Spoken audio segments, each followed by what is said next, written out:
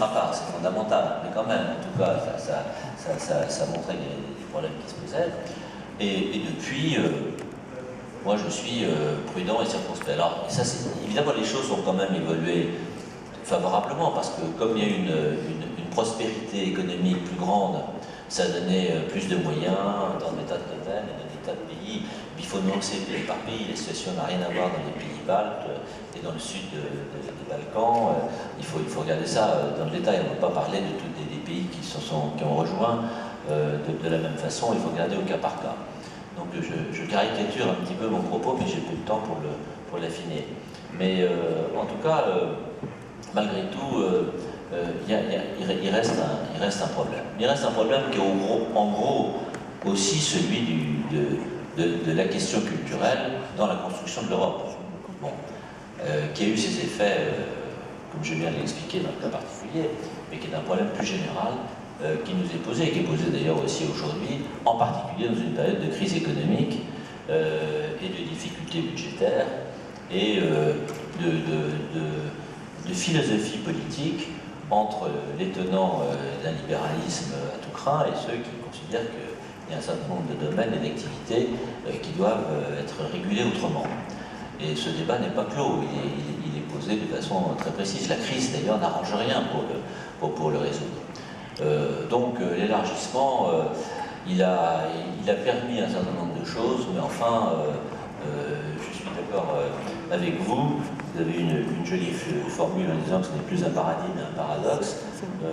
Oui, c'est aussi une source de grande désillusion et il y a encore beaucoup à faire pour transformer cet appétit d'avant l'élargissement en une réalité chantante. Christina, je voudrais réagir. Vous avez dit qu'il ne faut pas diaboliser le passé et il ne faut pas dire que c'est le paradis maintenant. Je n'ai pas dit que c'était le paradis maintenant. Et j'ai pas diabolisé le passé, mais il faut dire quand même qu'il y a des tendances nostalgiques en évoquant l'époque de Kadar et en évoquant l'occupation russe en disant que le niveau de vie était quand même meilleur et que c'était vivable. Et j'étais surprise à voir sur Internet le nombre des jeunes qui visitent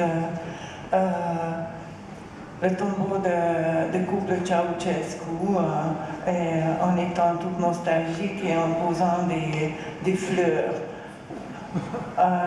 Mais c'est quand même choquant. Donc il faut dire que c'est vrai, il y avait une vie culturelle très bougeante et très vivante en Hongrie et à Budapest, notamment dans le domaine de théâtre et surtout dans le domaine du cinéma, qui était peut-être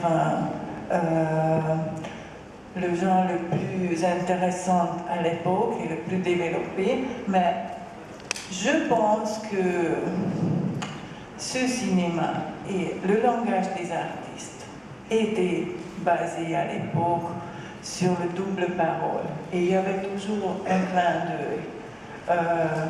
d'œil dans les films. Et je pense que maintenant, il faut oublier cette façon de communiquer et je pense que c'est quand même un grand changement. Et je voudrais rajouter quelque chose tenu aussi.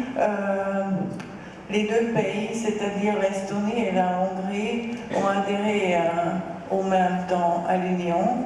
Et quand j'ai visité Tartu et Tallinn en 2007, j'étais surprise par le niveau et par le développement dans ces deux villes. Et c'était tout à fait différent à Budapest.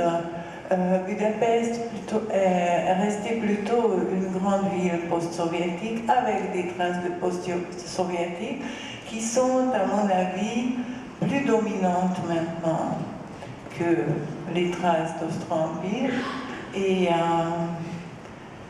que le caractère de la ville n'a pas changé autant que le caractère de Tallinn, par exemple. Dans les temps post-soviétiques. La vie culturelle.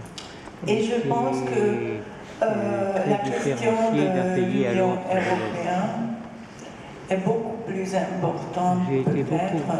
pour J'ai été la beaucoup Hongrie dans des pays de que l'Est pour les pays à cette baltiques. époque-là.